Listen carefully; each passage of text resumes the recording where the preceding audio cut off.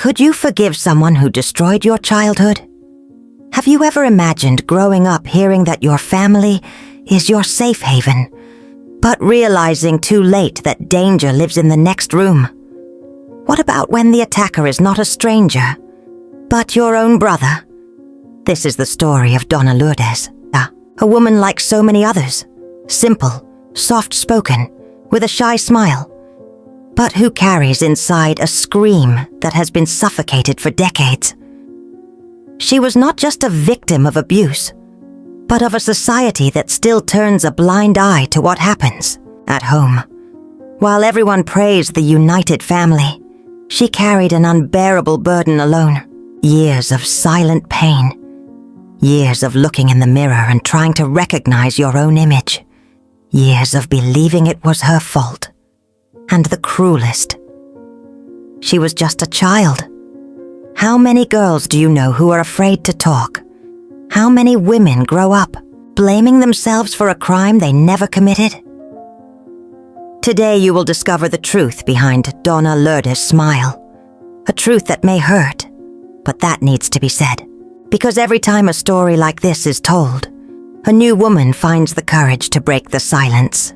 Stay with me until the end. Because this is not just a story of pain, it's also about overcoming faith and the strength of a woman who decided to no longer be a hostage to the past. What you will see can move you deeply, and perhaps even transform the way you see what happens around you. Lourdes was born where maps can barely reach, in a dry corner of the interior of Pernambuco, where the red dust mixes with the smell of beans burning in a clay pot. The house where she grew up was simple. Dirt floors, cracked walls, and glassless windows. A sheet served as a curtain. The wind came in, but dignity didn't always. She was the middle child among 5 siblings. This meant being invisible. She didn't receive the attention of being the firstborn nor the affection of being the youngest. Her mission was to serve, silently, efficiently, obediently. He grew up hearing phrases like, "A straight girl doesn't get involved in men's conversations," and "He who remains silent is wise." From an early age, she was taught to lower her eyes, cross her legs, and accept everything that came from above, including fear. At 8 years old, Lourdes was already a little housewife. While the other children went to school or played with dolls, made from corn cobs, she was on her knees in the tank, scrubbing her father's clothes with soda soap until her fingers wrinkled.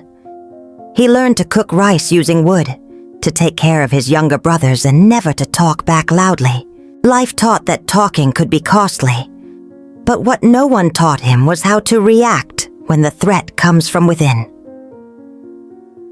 His older brother, 16 years old at the time, was the pride of the house. "This boy is going to be a doctor," said the neighbors. He was strong, polite, helpful. He helped his father on the farm, greeted his elders with respect, a true example of a son. But behind the bedroom door there was another. The abuse began as strange pranks, a disguised push, a hug that lasted seconds too long, an unintentional touch that she couldn't understand, but that made her stomach hurt with fear.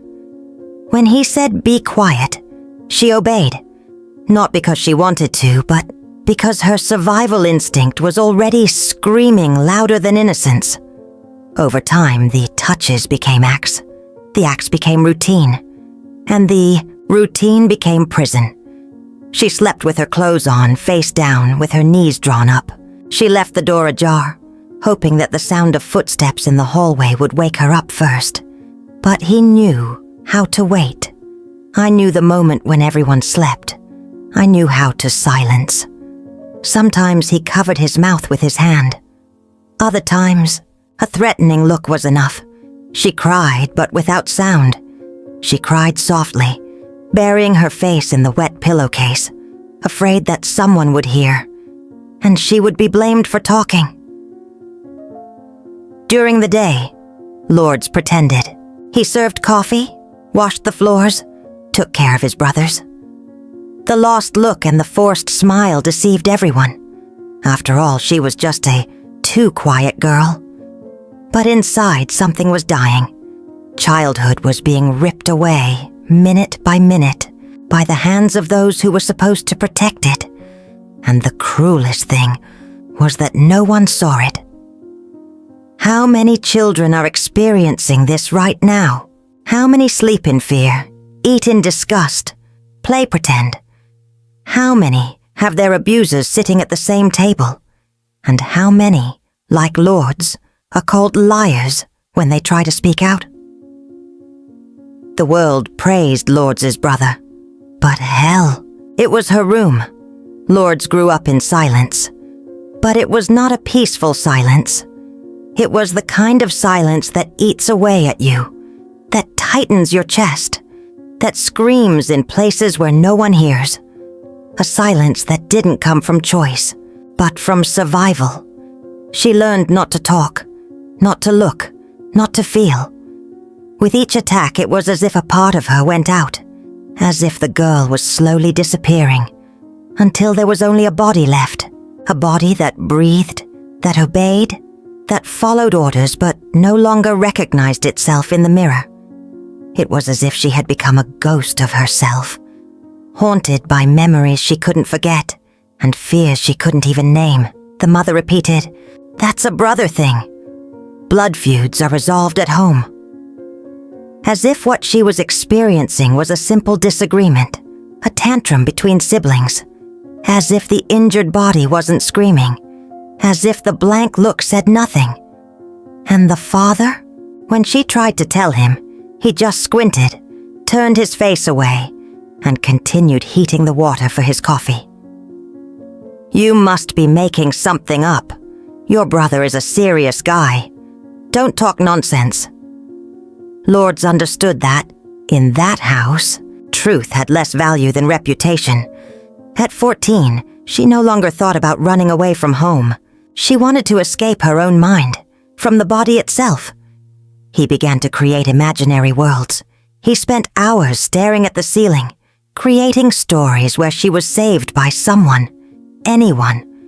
Sometimes an angel, sometimes a teacher, sometimes a woman would appear out of nowhere and say, "Everything will be fine." But that okay never came. She slept poorly. She had nightmares about touches, about muffled screams, about eyes that chased her. I woke up sweaty, with my heart racing. She felt guilt, disgust with herself, shame for something that was never her fault. He started eating less. He said he wasn't hungry, but in reality he couldn't even swallow the words. And then came the cuts. Not deep, but painful. Small scratches on his forearm, on his thighs, in places no one would see. It was as if he wanted to tear something that was stuck from the inside out. Physical pain, as absurd as it may seem, was easier to bear than emotional pain. She looked at herself in the mirror and asked herself, "Why me?" But the cruelest question was another. What if this is all my fault? Because that's what society does to victims. Reverse the roles. It makes them wonder what they did wrong. As if there had been a choice. As if a child had power over an older, stronger, more trusted aggressor. Why does the victim carry so much blame? Why does the attacker sleep peacefully, while the victim struggles with nightmares? Why does society still teach girls to keep quiet? And boys to protect themselves behind the word family? Lordes was a prisoner in a prison without bars, locked in a silence that no one could hear. And the worst of all is that, in that prison, she was convicted of a crime she never committed. At the age of 20, Lurdes was already seen by the city as a too reserved woman. He hardly smiled. He spoke quietly. He didn't leave the house without his mother or without an excuse. She was pretty, but she seemed to want to hide it. The long clothes, the hair always tied up, the eyes always avoiding contact. She walked like someone carrying secrets. And in fact, she did. It was at this time that he met Adamar, a simple but different boy. He worked as a bricklayer in the construction of the new municipal school. He was kind, attentive, never interrupting when she spoke, and most importantly, he looked at her as if he were seeing a person, not a thing, not a maid, not a body, not a walking silence. At first, Lurdes was suspicious. Every good gesture seemed armed, all kindness seemed like strategy. She waited for the moment when he too would show the monster behind the mask. But he didn't show it. On the contrary, he waited. He talked patiently, asked questions without invading, respected the limits that she couldn't even name. For the first time in a long time, Lourdes felt hope. Maybe, just maybe, it was possible to love. Be loved. Start over. They got married in less than a year. It was a simple wedding, no big party, no expensive dresses. But for Lourdes, it was like a rite of passage, a chance to let go of the past and build a new path. But ghosts, they don't respect ceremony. On their wedding night, Lourdes got stuck. Adamar's touch, even gentle, awakened buried memories. The dark room, the body stiffening, the breathing quickened. It was like going back in time. The heartbeat, as if it were going to escape from the chest. The hands were shaking. She couldn't explain it. She just cried. And Adamar, confused, just hugged her and said, "It's okay. I'll wait as long as it takes." But time alone doesn't cure everything. Intimacy has become a minefield. Any more insistent touch, any sudden noise, any more intense gesture made Lurdes relive the terror of her childhood. She didn't scream. He didn't reject it. But he shrank. He turned his face away. Get out of the moment and back into the dark. Adamar tried to understand, but I didn't know how to help. And Lourdes, ashamed of feeling repulsed by her own husband, began to blame herself. It felt broken, cold, unable to love. He felt like he was failing, with him, with God, with the promise he made at the altar. She wanted to be happy. I wanted to leave the past behind. But the past wouldn't leave her alone. Have you ever tried to start your life over carrying suitcases that no one sees? Have you ever tried to smile, even when everything inside you is frozen? Have you ever pretended like everything is fine, just so you don't have to explain what hurt? Lourdes was married. I had a home, a good husband. But inside it, the prison still existed. And the key, she hadn't found it yet. The cure did not come from a medicine, not even a hug, not even an apology, which never came. The healing began in an unlikely place, a simple wooden bench in the middle of a Wednesday service at a neighborhood church. Lourdes was not assiduous. I went sometimes when I could overcome the guilt and shame. I sat at the back, near the door, like someone ready to run away if the pain got too much. But that night, something was different. The missionary went up to the pulpit and between songs and words, said a sentence that crossed Lourdes like lightning in the middle of a storm. God heals even the wounds that no one sees. In that instant, it was as if Lourdes' soul had been ripped from the inside. Not to hurt, but to breathe. Chest tight, eyes watery, hands shaking. What came next wasn't just any crying. It was a collapse, a silent scream that had been swallowed. For 3 decades, she cried like never before, not of pain, but of release. That same night, he sought help. I didn't want to hide it anymore. I no longer wanted to smile for photos and bleed inside. A sister from the church recommended a volunteer psychologist who helped women in situations of trauma. Lourdes was scared, but it was. In the first sessions, I could barely speak. He just cried. But there, Between delicate questions and respectful silences, she began to pick up the pieces. He wrote letters, lots of, for the brother, for the mother, for herself. Letters he never delivered. But they served as bridges between the past and the present. She screamed, alone, in the backyard, at dawn. He screamed like someone cleansing his soul. He allowed himself to feel angry. He allowed himself to hate. For once, he didn't blame himself for it, because you learned that denied pain becomes an illness, but the pain faced turns into strength. He went to therapy for 2 years, read books about abuse, trauma, emotional reconstruction, participated in support groups, and little by little, fear gave way to courage. Lourdes, after almost 30 years, found her own voice, and with that voice, she began to tell her story, first in whispers, then firmly, and today, loud and clear. Do you believe in the power of words? Have you ever thought that your pain, the one you keep inside, with shame, with fear, could be precisely the testimony that will heal someone? Sometimes, what destroyed us back then is what teaches us how to rebuild other people today. Today, Dona Lurdes is 56 years old. Her hair is gray, but she likes it that way.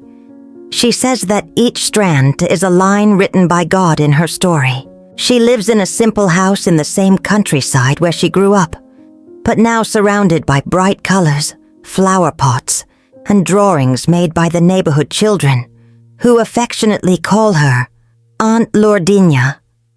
That girl who was once silenced now speaks, and when she speaks, her words have weight. They have truth. They have a cure. Dona Lurdes became a reference.